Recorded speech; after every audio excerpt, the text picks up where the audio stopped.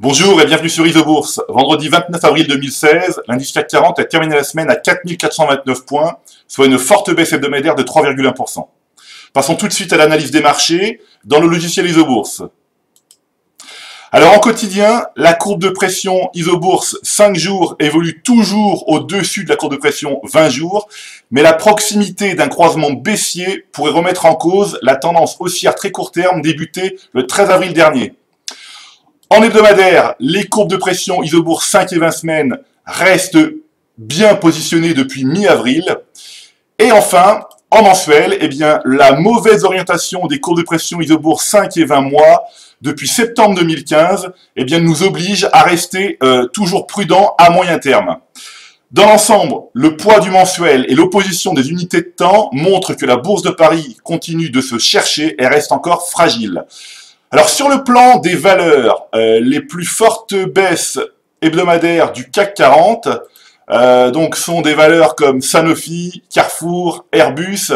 Alors sans surprise, ces trois valeurs sont des valeurs dont les courbes de pression Isobourse 5 et 20 mois sont toujours baissières. Donc Sanofi, donc vous voyez là ici les courbes de pression sont toujours bien baissières. Donc évidemment, courbe de pression baissière, il faut rester à l'écart de ces valeurs.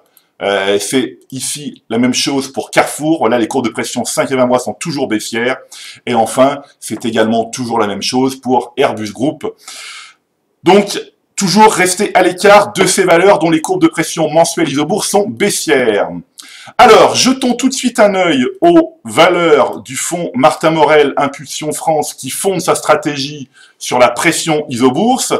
Alors, en tête des plus fortes hausses, on trouve des valeurs comme Manitou, Nexity, Colas, Le Noblage. Le point commun de ces valeurs, c'est toujours le même, c'est-à-dire des courbes de pression Isobourse 5 et 20 mois qui sont toujours bien orientées, bien positionnées. Ici avec Manitou, ici avec Nexity, vous voyez, les courbes de pression évoluent à la hausse depuis maintenant plusieurs mois.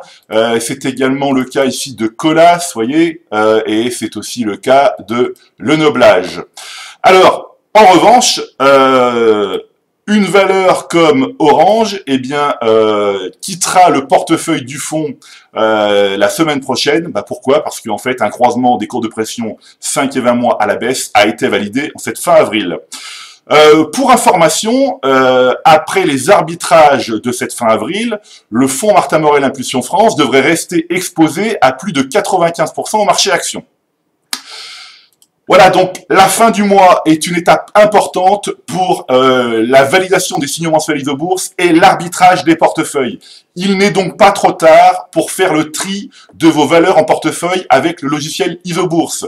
Comme chaque semaine, je recommande de rester à l'écart des valeurs dont les courbes de pression Isobourse 5 et 20 mois sont baissières et de conserver les autres en portefeuille.